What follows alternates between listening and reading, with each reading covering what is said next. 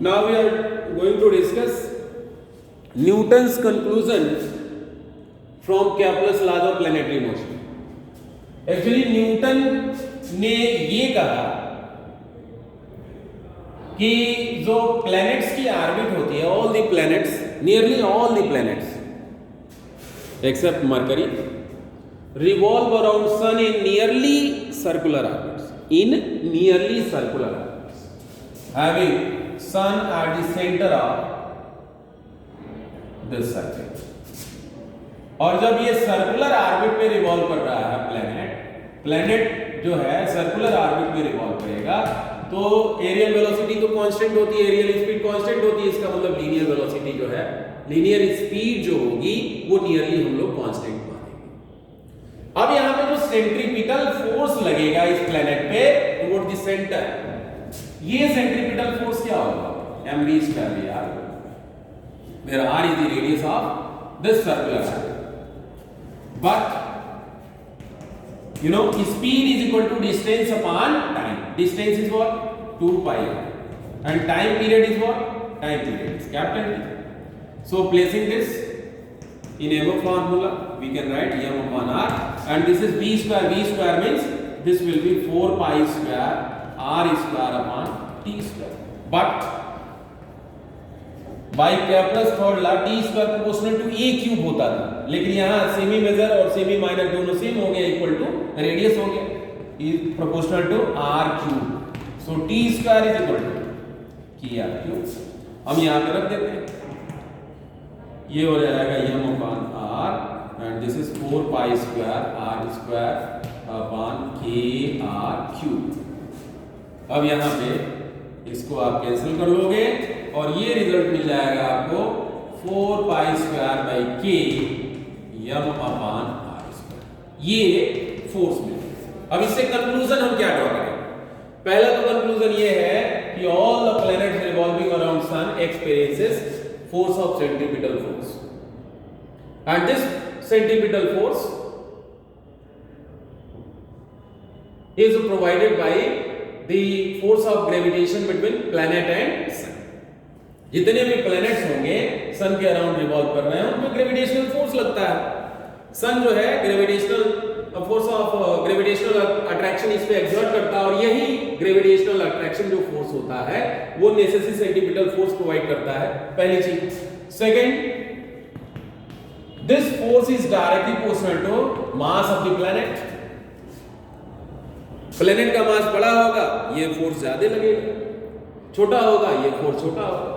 And third, this force is inversely proportional to square of distance between sun and that planet, means this force obeys the inverse square law.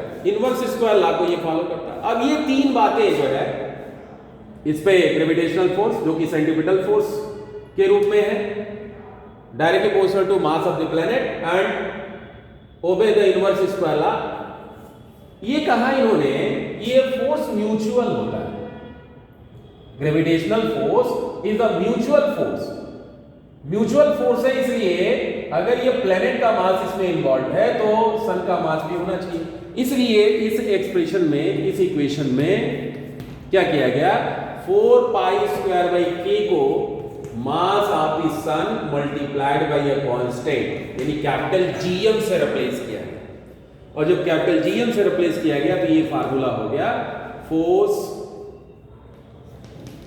Capital G M into small m upon r square. बाद में इसको generalise कर दिया गया. Universe में कोई भी दो मटेरियल पार्टिकल्स हैं जिनके मासेस m1 m2 है, m1 m2 है, इनके बीच का डिस्टेंस स्मॉल r है, इनके बीच में लगने वाला जो फोर्स होगा capital G m1 m2 upon. ये जो कैपिटल जी है ये यूनिवर्सल ग्रेविटेशनल कांस्टेंट है. कैपिटल जी की जो वैल्यू होती है ये होती है 6.67 into 10 power minus 11 newton metre square kg to the power minus 2 newton metre square upon kg square. तो ये यूनिवर्सल ग्रेविटेशनल कांस्टेंट. आप इससे ये देख भी सकते हो कि ये वैल्यू जो है काफी छोटी है. यही वजह है कि हम लोग अपने डेली लाइफ में ग्रेविटेशनल फोर्स का डायरेक्ट जो है एक्सपीरियंस नहीं कर पाते। या हम यूं कहें कि मटेरियल जो ऑब्जेक्ट्स हैं छोटे छोटे, उनके बीच में जो ग्रेविटेशनल फोर्स लगता है वो इतना छोटा होता है कि इसके इफेक्ट को हम ऑब्जर्व नहीं कर पाते। लेकिन यही सेलेस्टियल बॉडीज के लिए ये फोर्स काफी बड़ा हो जाता है, और जब सेलेस्टियल बॉडीज के लिए फोर्स बड़ा हो जाता है तो वहां पे कैपिटल एफ की वैल्यू जो है बड़ी होगी, उसको हम ऑब्जर्व कर सकते हैं। इसमें हम डिफाइन भी कर सकते हैं, इसमें हम डिफाइन कर सकते हैं इफ m1, इसको हम जनरलाइज कर लें, न्यूटन्स लॉ ऑफ ग्रेविटेशन इसे ही कहते हैं। According to Newton's law of gravitation, the gravitational force between two material objects is directly proportional to the product of their masses and is inversely proportional to square of distance between those two material objects। ये point masses हमने लिए, इनके बीच का separation small are लिया है। ये gravitational force Newton's law of gravitation से m1 m2 के प्रोपोर्शनल होता है, and this is inversely proportional to square of distance between these two point objects. इन दोनों को जब हम कंबाइन करते हैं तो ये हो जाएगा m1 m2 upon r square. यह is equal to some constant multiplied by m1 m2 upon where what is capital G? Capital G is universal gravitational constant and its value is 6.67 into 10 power minus 11 newton metre square kg to the power minus 2। It is called universal gravitational constant. अब यहाँ पे अगर हम define करना चाहें तो हम ये कह सकते हैं if m1 is equal to m2 is equal to 1 and r is equal to 1, then what will happen to G? G is equal to m।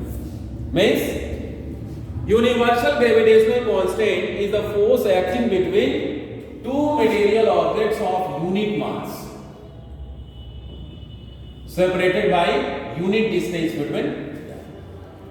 So G is equal to capital F only when m1 is equal to m2 is equal to 1 and r is equal to 1। अगर हम कुछ example लें, हम ये मान लें कि ये 1 kg है और ये भी 1 kg है और ये 1 मीटर है, then what will be capital F? Capital F is equal to capital G। Means इन दोनों के बीच में एक एक kg के अगर मासेस हैं और इन दोनों के बीच के का सेपरेशन हमने 1 मीटर रखा हुआ है, तो इनके बीच में लगने वाला जो फोर्स होगा 6.67 into 10 power minus 11 न्यूटन होगा। This is Newton. आप देख सकते हो कि यह फोर्स जो है काफी छोटा फोर्स है, जिसको ऑब्जर्व करना काफी मुश्किल होगा। थैंक्स।